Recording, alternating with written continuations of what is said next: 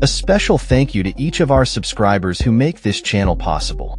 Here's today's story. In a significant development for global trade, sensitive negotiations between U.S. and Chinese delegations over tariffs that have threatened to destabilize the global economy concluded after a lengthy day of discussions in Switzerland. The talks are set to continue on Sunday, as confirmed by a source familiar with the meetings. President Trump took to social media to express optimism, stating that great progress was made during the discussions. He described the meeting in Switzerland as productive, highlighting that many issues were discussed and agreements were made in a friendly and constructive manner.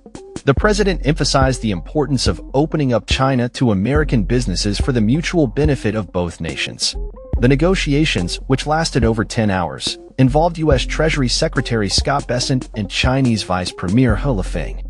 Despite the lengthy discussions, there was no immediate indication of tangible progress, as both sides refrained from making comments to the press following the meetings. Prior to the talks, Bessent had indicated that the focus would likely be on de-escalation rather than a comprehensive trade deal. He acknowledged that both the U.S. and China share common interests, particularly in light of the unsustainable tariffs imposed by both countries last month.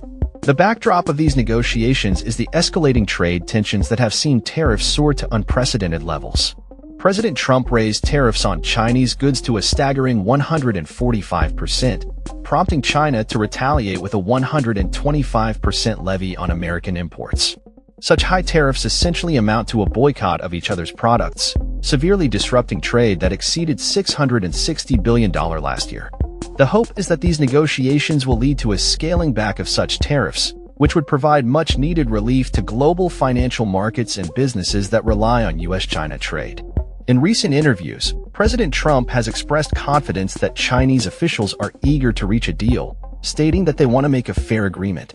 However, Chinese officials have called on the U.S. to first drop its unilateral tariffs before any meaningful negotiations can take place.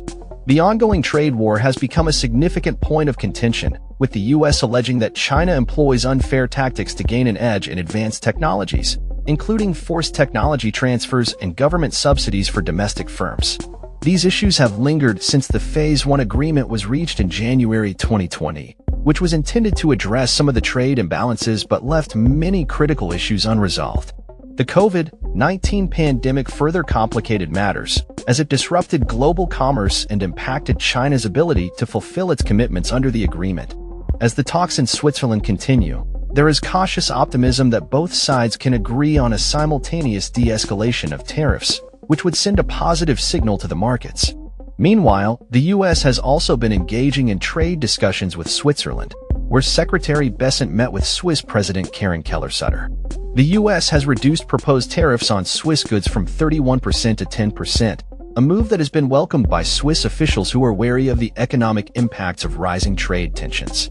The Swiss government has made it clear that countermeasures against U.S. tariffs would be detrimental to their economy, especially for key industries like watches and chocolate. In summary, the ongoing U.S.-China trade talks in Switzerland represent a crucial moment in the effort to mend economic relations between the two largest economies in the world.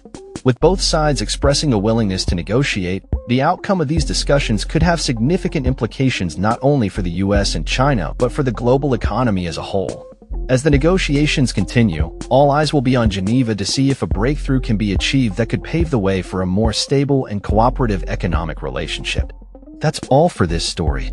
We upload videos every day covering many different subjects, so hit that subscribe button to stay informed. Thanks for watching.